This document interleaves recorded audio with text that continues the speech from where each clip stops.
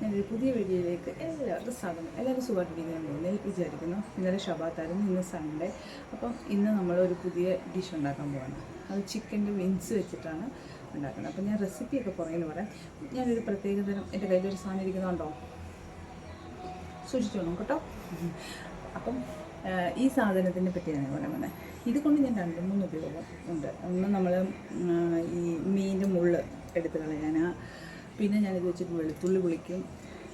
പിന്നെ വേറൊരു കാര്യം കൂടെ, നമ്മുടെ നാട്ടിൽ നമ്മളിവിടെ കുറേ ആൾക്കാർക്ക് ചെറിയ ഒരു ഇത് പറയാറുണ്ട്, ചിക്കൻ്റെ തോല് ഉണ്ട്, പിന്നെ അതിൻ്റെ തോലയിൽ ഇങ്ങനെ ഇരിക്കുന്ന തൂവലുകൾ. അപ്പോൾ അതിൻ്റെയൊക്കെ ഒരു ചെറിയൊരു വിഷമം പറഞ്ഞ് കേട്ടിട്ടുണ്ട് കൂട്ടുകാരൊക്കെ. അപ്പോൾ മിക്ക വീട്ടിലും ഇങ്ങനെയൊരു സാധനം കാണാറുണ്ട്.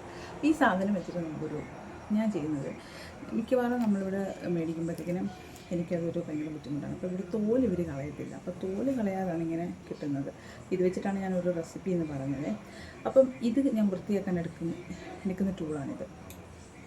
അപ്പം ഈ ടൂൾ വെച്ച് എടുത്തിട്ട് നമുക്ക് ഇവനെ ഇങ്ങനെ അങ്ങോട്ട് പിടിച്ചിട്ട് ഈ തൂവലുണ്ടല്ലേ, ഈ തൂവലുകൾ നമുക്കിങ്ങനെ പറിച്ച് ഈസിക്ക് ഇങ്ങനെ. അപ്പോൾ തോല് കളയും വേണ്ട.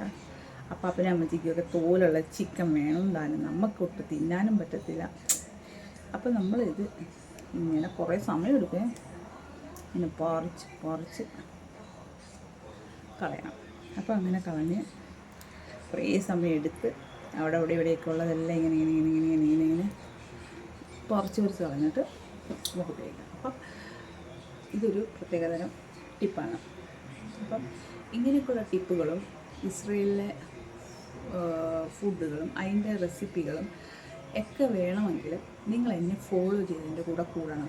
ഓക്കെ, പിന്നെ എന്നെ ഫോളോ ചെയ്തിട്ട് ഒരു ബെല്ലും കൂടെ ഉണ്ട്, അതും കൂടെ ഞെക്കി വെക്കണം. എന്നാലേ ഞാനിടുന്ന വീഡിയോസൊക്കെ വരത്തുള്ളൂ. ഞാൻ ഈ ഒരു മേഖലയിൽ പുതിയതാണ്. അപ്പം എനിക്ക് കുറച്ചൊക്കെ പ്രശ്നങ്ങളുണ്ട്. എന്നാലും ഞാൻ ചെറിയ വീഡിയോകളൊക്കെ ഇട്ടിട്ട് നിങ്ങളുടെ കൂടെ വരും.